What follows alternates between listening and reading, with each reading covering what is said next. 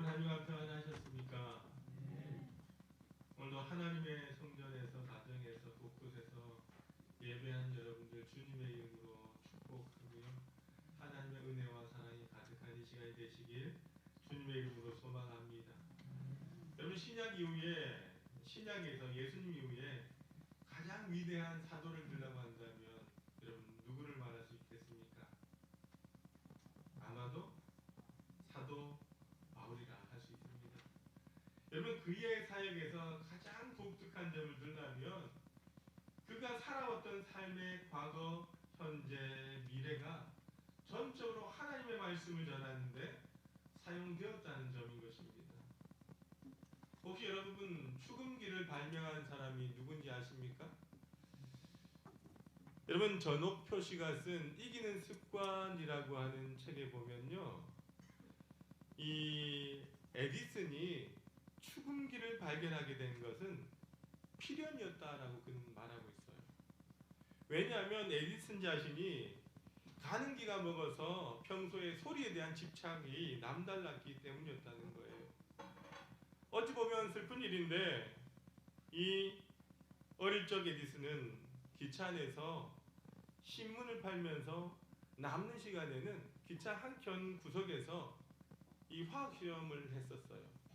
근데 하루는 화학 실험을 하다가 기차에서 불을 내고 맙니다. 그때 기관사에게 뺨을 얻어맞은 적이 있는데 이때 귀를 잘못 건드려서 그 후로는 작은 소리를 잘 듣지 못하게 되었다는 거죠. 어쩌면 축음기라고 하는 유명한 이 발명품은요, 이 에디슨이라고 하는 작은 아이가 기관사에게 뺨을 맞을 때부터 예정되어 있었는지도 모른다라고 하는 거죠. 제가 요즘 가장 많이 생각하고 고백하는 것이 있다고 한다면 우리의 상처가 사명이다라고 하는 것입니다. 우리의 상처가 사명이다. 우리는 늘 어떻게 생각합니까? 내가 받은 그 상처가 우리 자신을 망가뜨리고 있다라고 생각을 하지만 하나님 그 모든 상처를 통해서 우리를 사용하기를 원하신다라고 하는 거예요. 오늘 본문에 등장하는 이 사도 바울, 그가 지금 그 자리에 서기까지 모든 삶이 그러했다는 것입니다. 먼저 배경의 본문을 잠깐 살펴보도록 합니다. 여러분 사도 바울이 초대교회에 당시 소아시아 지역을 다니면서 복음을 전했는데, 여러분들이 사도 바울의 마지막 사역지는 바로 로마를 가기를 원했다는 거예요. 그가 로마로 가게 된 배경이 이렇습니다. 이미 유대인들 사이에서 바울은요, 배신자로 낙인 찍혀 있었고 바리새인들과 서기관들과 이 대제사장이 이 복음을 전하는 바울을 죽이기를 원했던 거예요. 그래서 모든 사람들이 바울이 예루살렘에 가는 것을 위험하다라고 했지만 그 열정을 그 누구도 막을 수가 없었다는 거예요. 오히려 그가 예루살렘에서 야고보를 방문하고 이방 사람들에게 복음을 전하여 있었던 일들을 간증하기 시작하자 이런 반응을 보였다는 겁니다. 사도행전 21장 20절과 21절 말씀 같이 한번 읽어보도록 합니다. 시작. 그들이 듣고 하나님께 영광을 돌리고 바울더러 이르되 형제여 그대도 보는 바에 유대인 중에 믿는 자 수만 명이 있으니 다 율법의 열성을 가진 자라. 내가 이방에 있는 모든 유대인을 가르치되 모세를 배반하고 아들들에게 할례를 행하지 말고 또 관습을 지키지 말라 한다함을 그들이 들었도다. 아멘. 이 일로 바울은요 예루살렘에서 잡히게 됩니다. 그리고 사람들이 바울을 죽이고자 해서 소동이 막 일어나니까 예루살렘의 천부장, 이 천부장이 그 소동을 제압하려고 군대를 데리고 바울을 결박합니다. 그러자 사도 바울은요 천부장에게 자신을 변호할 기회를 달라고 요청을 하면서 히브리어로 유대인들에게 간증을 하기 시작합니다. 그러자 유대인들이 그의 간증을 듣고 모두가 조용히 듣기 시작합니다. 그러자 그를 죽이려고 했던 자들이 다시 소동을 일으키게 되고 이 소동을 통해서 채찍으로 바울을 신문하려고 합니다. 그러자 사도 바울은요 자신이 로마 신임을 밝히게 됩니다. 자, 사도행전 22장 27절 28절 말씀 같이 한번 읽어보도록 합시다. 시작. 천부장이 와서 바울에게 말하되 내가 로마 시민이냐 내게 말하라. 이르되 그러하다. 천부장이 대답하되 나는 돈을 많이 들여 이 시민권을 얻었노라. 바울이 이르되 나는 나면서부터라 하니. 여러분, 이 말을 들었던 천부장이 두려워하면서 어떻게 하느냐? 바울을 가이사랴 총독부 벨릭스 앞에 세우게 됩니다. 여러분, 오늘 본문은 바울을 죽이려고 하는 대제사장 아나니아가 벨릭스 총독 앞에서 사도 바울을 고발하는 장면이 바로 우리가 성경에서 읽은 장면이에요. 이제 사도 바울은요, 누구 앞에서? 총독 벨릭스 앞에서 다시 복음을 전할 기회를 가지게 되었다는 거예요. 여러분, 이 사도 바울에게는요, 모든 자리가 때를 얻든지 못 얻든지 복음을 전하는 기회가 되었다라고 하는 거예요. 여러분, 신앙인의 삶이라고 하는 것은요, 가장 명확하게 정의할 수 있다면 어떠한 자리에서도 복음을 전하는 자로 삶을 살아야 한다는 겁니다. 올해 여러분들 목회 주제가 무엇입니까? 성령의 능력으로 회복하는 교회입니다. 여러분, 그러기 위해서 우리는 먼저요, 우리 신앙의 기본을 생각해야 합니다. 적어도 예수님을 만나고 하나님의 은혜를 깨닫는 자들에게 나타나는 현상이 뭐냐? 그것은 바로 복음을 전하는 것입니다. 그런데 우리는 늘 뭘 생각하느냐? 복음을 전하는 대상, 복음을 전하는 장소, 복음을 전하는 시간을 찾는다라고 하는 거예요. 사실 여러분, 제가 대학원에서 선교학을 전공한 사람이지만 초대교회에서의 선교학이라든지 전도학이라든지 하는 학문이 전혀 필요 없었다라고 하는 거예요. 왜냐하면 크리스찬이 된다라고 하는 것은 복음을 전한 자가 된다는 그 사실, 자명한 사실 앞에 서는 것이기 때문입니다. 사실 여러분이 신앙생활 오래 할수록 느끼는 부담이 뭐냐? 전도라고 하는 거예요. 그렇지 않아요? 교회에서요, 예배도 드리고요, 교육도 받을 수 있고요, 교제도 하고요, 봉사도 할 수 있어요. 근데 제발 목사님, 전도라고 하는 말과 부담은 좀 안 줬으면 좋겠습니다 라고 생각하는 분들이 많을까요, 적을까요? 많다라고 하는 분들이 부담을 가지고 있는 분들이에요. 요즘 시대에 전도하기 얼마나 힘든데 왜 자꾸 전도하라고 하는지 모르겠다, 이런 분들이 많을까요, 적을까요? 대답 안 하시네요. 많다는 거예요. 여러분, 내가 예수님을 처음 믿었을 때를 한번 생각해 봅시다. 그 당시 복음을 전하는 것이 부담이 아니라 기쁨이 아니었습니까? 아니, 여러분에게 이런 기쁨이 없다라고 한다면 여러분은 아직 하나님을 만난 은혜가 없다라고 합니다. 사도 바울에게 적어도 이런 안타까운 마음이 있었다는 것입니다. 그는 헬라인에게는요, 헬라인처럼, 유대인에게는요, 유대인처럼, 자유자에게는 자유자가 되어서 종된 자에게는 종의 모습으로 복음을 전하기를 원했다는 거예요.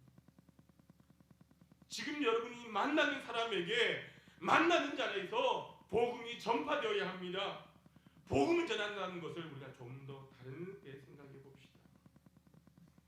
복음은요, 삶에서 드러나는 거예요. 복음을 전하는 것이 정말 행복해서 이 행복을 위해서 내 삶의 편안함을 포기할 수 있다라고 합니다. 일이 너무 값진 일이기에 내 삶에 조금은 손해를 봐도 괜찮다라고 하는 일. 이 복음을 전한 일이 분명히 번거롭고 수고가 따르고 불편한 일을 감수해야지만 그 일을 통해서 주시는 하나님의 기쁨을 경험할 수 있다라고 하는 것, 그것만입니다. 여러분, 인터넷에 이런 글이 있더라고요.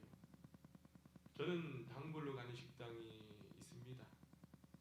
내 입에 착착 달라붙는 맛있는 음식을 먹다 보면 참으로 고맙고 감사하는 마음이 듭니다. 그래서 얼마 전 식사 후에 포스트잇에다가 감사의 글을 몇 자 적어서 주방장에게 전달했습니다.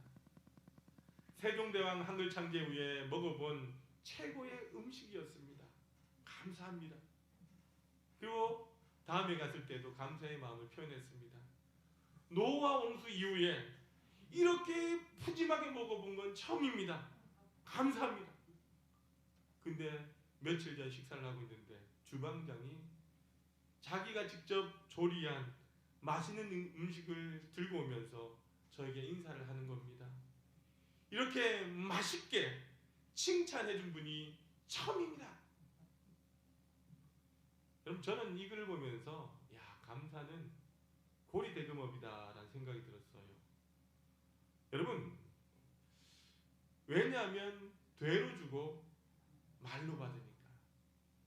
왜냐, 여러분들, 표현하지 않는 사랑은 사랑이 아니다라고 하는 말이 있잖아요. 그래서 저는 표현하지 않는 감사도 더는 감사가 아니다라고 하는 생각을 해봅니다. 물론 여러분들 사랑도 감사도 가치가 있지만 우리가 표현하고 산다면 훨씬 더 멋지고 행복하지 않겠습니까? 여러분, 지금까지 일어났던 이 사도 바울의 사건을 바라보면서 진정으로 복음을 전한다라고 하는 것이 어떤 것인지를 우리가 보게 됩니다. 사도 바울에게서 때를 얻든지 못 얻든지 복음을 전하려고 했던 그 마음, 그것이 바로 과거의 모든 경력, 그가 은혜를 체험하고 난 후 배설물로 여겼던 그 모든 것도 자신 처한 모든 환경도 복음을 전하는 도구가 되었다는 거예요. 여러분, 승리하는 자들, 성공한 자들에게는요, 환경과 사물을 다르게 바라보는 눈이 있어요. 열정이 있다는 거예요. 우리의 가슴을 뛰게 만든 그 무엇이 있다라고 한다면 현재 나에게 일어나는 그 모든 일들이 여러분들 걸림돌이 아니라 디딤돌이 될 수 있다라고 하는 사실을 잊지 마시길 바랍니다. 여러분, 이 열정이라고 하는 히브리 말을요, 이 말이 뭐냐면요, 이 엔테우스라고 하는 말이에요. 근데 이 엔테우스라고 하는 이 열정이라고 하는 히브리의 뜻이 뭐냐면요, 신이 우리 안에 있다라고 하는 거예요. 뭐라고요? 신이 우리 안에 있다는 거예요. 열정이. 여러분, 우리가 흔히 어떤 일에 열정적인 사람을 가리켜서 뭐라고 합니까? 야, 저 사람 신들린 것 같다, 이렇게 얘기를 하잖아요. 그것과 마찬가지가 아닌가라는 생각이 듭니다. 예수 그리스도께서 우리 안에 계심으로 일어나는 일, 그것이 바로 복음에 대한 열정이라고 하는 것입니다.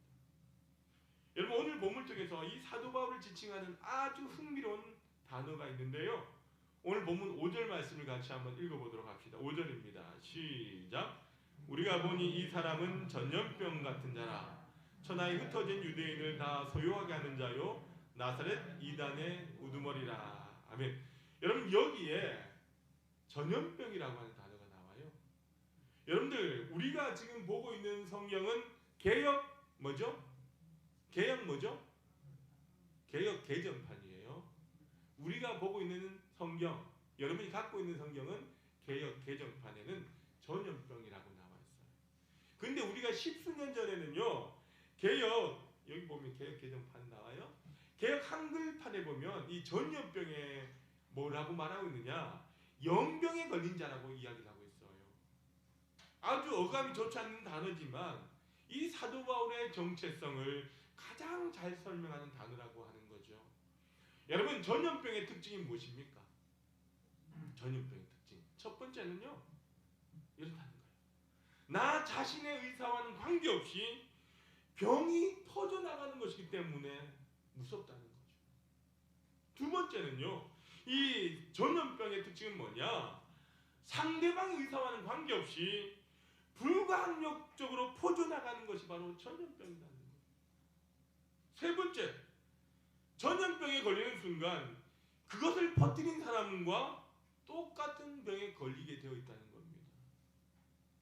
요즘 우리가 코로나19 시대에 살아가다 보니까 너무 피부로 느껴지지 않습니까?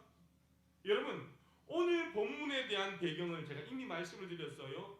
사도 바울을 재판하는 자리에서 사도 바울을 기소한 자들이 표현한 내용이 뭐냐? 5절에서 전염병 같은 자, 이렇게 표현하고 있어요. 여러분, 전염병의 특징과 한번 우리가 다시 한번 생각해 보세요. 그가 사도 바울이 가는 곳에서는요, 그의 의사와 상관없이 복음이 전파됐다. 또 상대방의 의사와 관계없이 사도 바울을 만난 순간 변화가 되었다는 거예요. 놀라운 것은 똑같은 믿음, 즉 예수님을 믿게 되었다는 거예요. 얼마나 무서운 일입니까? 얼마나 큰 영향력입니까? 불가항력적인 일입니다. 사도 바울이 입을 열면 복음이 전파됩니다. 그가 살아가는 삶이 바로 복음을 전파하는 삶이었다라고 하는 것입니다. 그래서 하나님을 믿지 아니한 사람들이 사도 바울을 가장 두려워했다는 거예요. 사도 바울이 힘을 가지고 있거나 높은 위에 있어서가 아니라 그가 가는 곳에 바이러스처럼, 전염병처럼 예수님의 복음이 전파되었기 때문이라는 거죠. 여러분, 사도 바울이 가진 열정이 무엇일까요? 바로 복음, 그리스도를 전하고 싶은 마음이었다는 것이죠. 왜냐하면 그 복음으로 인생이 변화되고 구원받을 수 있다라고 하는 확신이 있었기 때문인 것입니다. 여러분, 우리가 복음을 마케팅하지 못하는 이유가 무엇이냐? 그것은 바로 복음에 대한 확신, 복음에 대한 열정이 우리 안에 없다라고 하는 것입니다. 여러분, 믿지 않는 자녀가, 여러분이 믿지 않는 자녀가 예수를 믿게 되었을 때에 여러분 안에 그 자녀가 잘 될 것이다 라고 하는 확신이 있습니까? 여러분, 세상에 어떠한 재물과 지위가 있어도 예수 믿지 않는 사람을 보면 불쌍히 여기는 마음이 여러분 안에 있습니까? 여러분, 근데 그 열정이 우리의 삶을 통하여 드러나야 한다는 사실입니다. 신천지 이단 집단에 빠져있는 그 자식을 찾으려고 부모가 그 신천지 본관 앞에 가서 시위를 하고 있을 때에 옥상에서 그 사람들의 자녀 중 하나가 피켓을 들고 있었어요. 뭐라고 하느냐? 엄마 아빠는 믿는 대로 살지 않죠? 저는 믿는 대로 살아요. 여러분, 적어도 이단에 빠진 그 자녀에게 비친 그 부모의 신앙이 뭐라고요? 거짓으로 보였다라고 하는 겁니다. 여러분, 복음을 전한다는 것은요, 나의 모습을 본 가장 가까운 사람이 나를 따라오도록 하는 것이 바로 복음을 전하는 것입니다. 그래서 오늘 이렇게 인사해 봤으면 좋겠어요. 어감이 좀 나쁘지만 옆에 있는 분의 얼굴을 바라보면서 저를 따라합시다. 따라할 수 있겠습니까? 예. 연병할 자로 살아가시길 바랍니다. 시작. 제가 욕하는 거 아닙니다. 성경이 있는 대로 말씀드린 거예요. 제가 연병할 자로 살아가시길 바랍니다 하니까 우리 최준봉 집사님이 저를 왠지 째려보시는 것 같은. 여러분, 그럼 우리가 어떻게 그런 인생을 살아갈 수 있느냐? 서두에 말씀드렸던 전옥표 씨가 쓴 이기는 습관에 보면요, 미켈란젤로가 시스티나 성당에 천장 벽화를 그릴 때였어요. 이 벽화의 크기가 180제곱미터나 되는 대작이었던 거예요. 하루는 그가 사다리 위에 올라가서 천장 구석구석 인물 하나하나를 꼼꼼히 그려놓고 있었어요. 그 광경을 본 친구가 이렇게 물었습니다. 이보게, 그렇게 구석진 곳에 잘 보이지도 않는 걸 뭘 그렇게 그려놓으려 고생한단 말인가? 그래봤자 누가 알아주겠는가? 그자 미켈란젤로가 뭐라고 했는지 아십니까? 내가 알지 않는가? 내가 했다는 거예요. 세상 사람이 뭐라고 해도 우리가 크리스찬이기 때문에 감출 수 없고요, 절대로 무시할 수 없는 것입니다. 세상이 다 그래도 하나님이 우리를 바라보시고 계시기 때문에 절대로 할 수 없는 것이 우리의 삶, 그것이 우리의 열정 있는 삶이라고 하는 거예요. 여러분, 누군가에게 전염성 있는 삶을 줄 수 있기를 바랍니다. 빌 하이벨스 목사님은요, 예수를 전염시키는 사람들이라고 하는 책에서 전도의 가장 강력한 방법이 있다면 우리를 만나는 사람들을 전염시키는 것이다. 어떻게? 사랑으로, 하나님의 마음으로, 하나님의 능력으로, 하나님의 눈물로 하나님의 발걸음이 닿는 곳으로 라고 그분은 끝을 통해서 고백합니다. 전염병에 걸린 자라고 하는 말이 사도 바울에 대한 정체성을 분명하게 했다라고 한다면 그렇게 불릴 수밖에 없었던 사도 바울의 태도가 어떤 것이었을까요? 여러분, 사실 우리의 모습과 평가는요, 우리의 태도에 달린 문제라고 하는 거예요. 예수 믿지 않는 사람들을 대하는 사도 바울의 태도를 우리가 한번 보십시다. 많은 사람들이 예수를 믿지만 예수님의 삶의 방식을 따라가려고 하지 않는 것이 문제였다는 거예요. 어떤 책에 보니까 이런 말을 하더라고요. 오늘날 우리 크리스찬들의 문제는 예수님을 사랑하지 않는 것이 아니라 예수님이 사랑하는 그 사람을 크리스찬들이 사랑하지 않는다라고 말하고 있더라고요. 사실 우리가 누군가를 사랑한다면요, 그 사람의 관심과 같아지려고 하지 않습니까? 우리가 흔히 말하는 이기적인 사랑이라고 하는 건 뭡니까? 상대방으로 하여금 나의 방식을 강요하는 거예요. 우리는 이런 것을 가르쳐 사랑이라고 말하지 않고 뭐라고 합니까? 집착이라고 말을 합니다. 그런데 오늘 여러분에게 저는 도전을 던지고 싶어요. 예수님의 마음을 가지고 세상을 바라보시길 바랍니다. 여러분, 예수님께서 이 세상에 계실 때에 가장 안타까워했던 것이 있다고 한다면 하나님을 믿는다라고 하면서도 하나님의 마음을 모르는 사람들이 있었다는 겁니다. 적어도 사도 바울이 하나님의 은혜를 체험하고 나서 그 하나님의 마음을 따라 살려고 했습니다. 하나님께서 이 땅을 구원하시기를 원하시는 그 소원을 이루고자 삶을 드렸던 사람이었다는 거예요. 저는 2022년을 시작하면서 크리스찬들의 기본적인 신앙에 대해서 고민하고 기도하고 있어요. 제가 여러분들 목사이기 때문에 마케팅에 대해서는 잘 모르지만 마케팅에 보면요, 포지셔닝이라고 하는 단어를 사용해요. 포지셔닝. 이 말의 뜻이 뭐냐면요, 물건 혹은 대상에 대해서 어떤 위치가 정해진다면 그 관념을 바꾸는 것이 무척 힘이 든다라고 하는 거예요. 다른 말로 하면, 다시 말하면요, 어떤 위치에 있느냐에 따라서 영향력이 달라진다는 겁니다. 여러분, 여기에서 아주 중요한 말씀을 드리고자 합니다. 여러분이 크리스찬으로서 믿지 않는 사람들에게 여러분은 어떤 위치를 가지고 있느냐는 거예요. 사도행전과 이 바울서시를 우리가 묵상하면서 우리가 느끼게 되는 것은 뭐냐? 진정한 리더십이 무엇이고, 진정으로 예수를 믿지 않는 사람들에게 어떻게 복음 전하는 것이 가장 영향력 있는 일인지를 사도 바울이 우리에게 보여주고 있다라고 하는 것입니다. 예를 들자면요, 사도 바울은요, 모든 일에 자유했지만 자유로 종로하기로 작정합니다. 왜냐하면 그가 복음 전하기 위해서였던 거죠. 그는 로마 시민권을 가지고 있었고 바리새인 중에 바리새인이었지만 자신이 가진 그 로마 시민권, 그것을 다 쓰지 않기로 작정합니다. 왜냐하면 복음을 가지고 사람들에게 다가서기 위해서였던 거죠.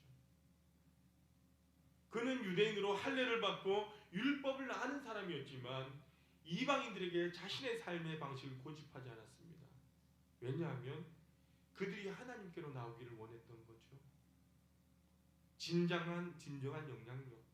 우리가 크리스찬으로서 영향력 있는 위치가 무엇이라고 생각합니까? 여러분, 한번 잘 생각해 보십시오. 우리가 흔히 착각하는 것이 있어요. 첫 번째는요, 힘을 리더십으로 착각하는 경우라고 하는 거예요. 예를 들어서 여러분 집에 지금 도둑이 칼을 들고 들어와서 엎드려! 한다면 여러분은 어떻게 하시겠습니까? 이진희 권사님 어떻게 하시겠어요? 여러분, 이 사람이 무기를 들었기 때문에 아마도 여러분들은요, 그 사람의 명령에 따르는 것이 신상에 좋을 듯합니다. 그죠? 일부에 보니까 김동자 집사님은 엎드려 다 가져가시오 이렇게 말씀을 하시던데, 여러분, 자, 그렇다면 이 도둑이 힘이 있기 때문에 사람들이 명령에 따른다고 그 사람에게 리더십이 있다라고 말할 수 있습니까? 아닙니다. 여러분이 예수를 믿고 축복을 받아서 힘 있는 사람이 된다고 영향력 있는 사람이 될 수 있다라고 생각한다면 그것은 큰 착각이다라고 하는 거예요. 두 번째로, 직책이 그 사람의 영향력이라고 착각하는 경우라고 하는 거예요.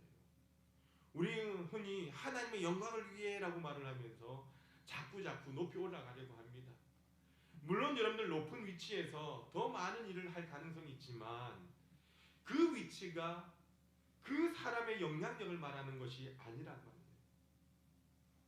그 사람이 어떠한 자리에 있느냐가 중요한 것이 아니라 그 사람이 무엇을 하느냐가 중요하다는 거예요.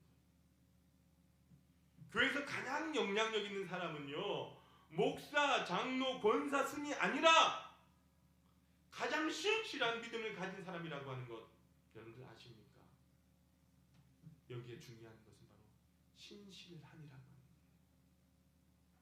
세 번째, 우린 전문성이 영향력이라고 착각하는 경우, 우리가 흔히 하는 이야기 가운데 여러분들 책 한 권 읽은 사람, 여행 한 번 다녀온 사람이 우기기 시작하면 당할 자가 없다라고 하는 거예요.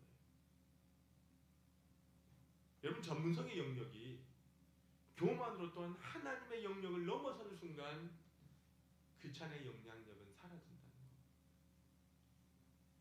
여러분이 아무리 전문가가 된다 할지라도 믿지 않는 사람과 소통되지 않는 사람이라고 한다면 여러분은 어떠한 영향력도 발휘할 수 없다는 겁니다. 저는 교회에서 가장 위험한 사람, 복음의 가장 장애가 되는 사람이 누구냐라고 한다면 과도한 열정을 가지고 하나님을 앞서가려는 사람이다라고 하는 거예요. 여러분, 오늘날 복음을 전하는데 가장 장애가 되는 것이 뭡니까? 세상입니까? 세상 사람들입니까? 아니에요. 우리는 크리스찬이라고 하는 사실을 부인할 수 없다는 겁니다. 우리가 잘못하는 것 때문에 얼마나 많은 사람들이 우리 하나님을 오해하고 있는지 모른다라고 하는 거예요. 마지막 네 번째로, 경험이 리더십이다라고 착각하지 마시길 바랍니다. 이 세상에서 여러분이 가지고 있는 그 경험을 가지고, 지식을 가지고, 노하우를 가지고 영향력을 발휘할 수 있는 시대는 이미 지났다라고 하는 거예요. 나의 경험이 아니라 내 안에 계신 하나님이 주시는 그 열정이 중요하다라고 하는 거예요. 여러분, 정연아 씨가 쓴 크리스찬에겐 표정이 있다라고 하는 책이 있어요. 저분이시거든요. 이 책에 보면 새신자를 감동시키는 법에 대해서 몇 가지 이야기를 하는데, 제가 도림교에서 이 새가족 수련을 하는데 저분을 모셨는데 저분과 대화하고 교제하는 가운데 안타까운 마음이 있더라고요. 저분이 예수를 믿은 지 오래된 분이 아니에요. 그런데 자신이 예수님을 늦게 믿게 된 것은 복음이 탁월성이 없어서가 아니라 복음을 전하고 믿는 사람들이 탁월하지 않고 매너가 없었기 때문이다라고 표현하고 있더라고요. 그래서 그녀가 하나님을 발견하고 나서 그런 크리스찬의 모습을 보면서 참으로 안타까움을 느끼게 되었다는 거예요. 여러분, 한번 보세요. 우리의 타고난 이 얼굴들은 바꿀 수 없지만 우리의 표정은 바꿀 수 있어요, 없어요? 있어요. 제가 듣기 좋은 말 중에 하나가 목사님 인상이 좋으십니다라고 하는 말이에요. 저보고 인상이 좋대요. 여러분, 사실 제가 참 무뚝뚝하게 생기지 않았습니까? 제가 무뚝뚝하게 생기지 않았습니까 하니까 열심히 고개를 끄덕이는 분이 있는데 권사님 보기에 제가 무뚝뚝하게 생겼군요. 여러분들, 그런데 그렇게 제가 따뜻하지도 못해요. 근데 무척 노력합니다. 사실 저의 삶과 모습으로 예수님을 전하는데 아주 중요한 수단이 아니겠습니까? 그렇다고 우리가 모든 사람들에게 어떻습니까? 좋은 사람이 될 수는 없어요. 아니, 그럴 수도 없습니다. 하지만 적어도 예수 믿는 자, 복음을 전하는 자로서 우리가 뭐 해야 되겠어요? 노력은 해야 되지 않겠습니까? 하나님은요, 우리의 완전함을 받으시는 분이 아니라 완전함에 이르러간 과정을 받으시는 분이기 때문이라는 거예요. 하나님을 알지 못한 사람들이 여러분 한 사람 한 사람에게 감동받는 것은요, 여러분이 완전하기 때문이 아니라 변해가는 모습을 바라보면서 여러분에게 감동하고 있다는 사실을 기억하시길 바랍니다. 우리가 짜증스러운 일을 만날 때 짜증내는 것은 누구나 할 수 있는 일이에요. 그러나 우리가 좀 더 참고 인격적인 모습으로 자꾸 나 자신을 변화시켜 나가는 것, 그게 아닐까요? 여러분, 복음에는 능력이 있습니다. 하지만 복음을 전하는 우리가 그 능력을 증거할 수 있어야 되잖아요. 우리가 삶을 통해서 그것을 증거할 수 있길 바랍니다. 그러므로 하나님의 말씀을 전한다는 것은요, 하나님의 은혜를 아는 자들의 그 성숙함이 태도로 드러나는 것 아닐까요? 그래서 저는 이런 결론을 내리고 싶습니다. 복음을 전하는 자들의 태도야말로 복음을 아는 자들의 가장 기본적인 태도라고 하는 말, 바로 그것입니다. 저에겐 소원이 있어요. 오늘 이 자리에서 하나님을 아는 자들이 하나님의 마음을 알기 소망합니다. 우리의 삶이 전염병이 걸린 자처럼 그리스도 사랑과 복음을 퍼뜨릴 수 있기를 바랍니다. 누군가가 나로 말미암아 복음을 듣고 하나님을 아는 자가 되길 꿈꾸길 소망합니다. 요즘 그런 생각을 해요. 우리 하나교회가 사람들이 많아져서 영향력 있는 것이 아니라 하나님이 기뻐하시는 교회가 될 수 있는 것이 아니라 하나님의 마음을 아는 자들로 살아가는 사람들이 점점 늘어날수록 하나님이 기뻐하시는 교회가 될 수 있고 우리 교회를 영향력 있게 사용하실 수 있다라고 하는 것입니다.